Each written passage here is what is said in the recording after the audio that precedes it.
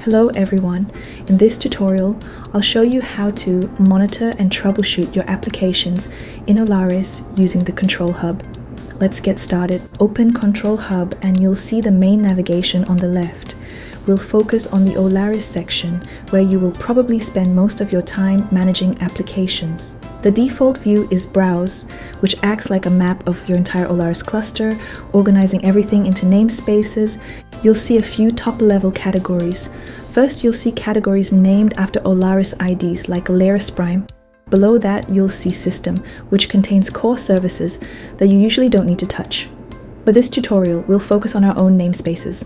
Here, the namespaces are clearly named to tell you what they are. Namespaces that start with the app's name, like Steam Headless or Olema, are community apps you installed from the market.user system, holds user-related system programs or components, and user space contains built-in apps provided by Olares.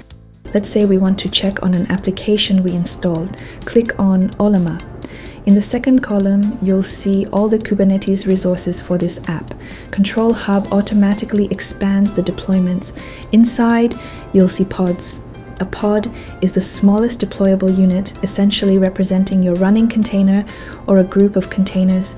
You can instantly check their health by the status indicator.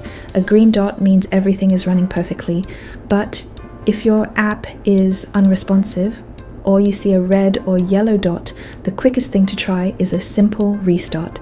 This often fixes temporary glitches. Let's try it. Go to the top right corner and click Restart. You'll be asked to confirm by typing the pod's name.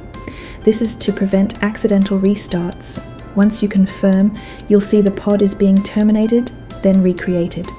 But what if a restart doesn't fix it? This tells us the problem is persistent and we need to investigate. Click on the pod to expand it. This shows you all the containers inside and lets you see which specific one is failing. It could be a download issue or the app might be crashing. Our next step is to check the logs to find the exact error. Next, scroll down to the bottom of the page to the Events tab. Look for recent events with warning. Often, the events here give you all the information you need, but the event message could be too generic. For that, we need to go one level deeper. Let's scroll up and click the log button next to the container entry. In the pop-up log window, you can check the real-time output, and if you need to analyze it offline or share it, you can simply click the download button to get the complete log file. So as you can see, Control Hub gives you the power to go from a high-level overview right down to the logs, helping you diagnose and fix issues fast.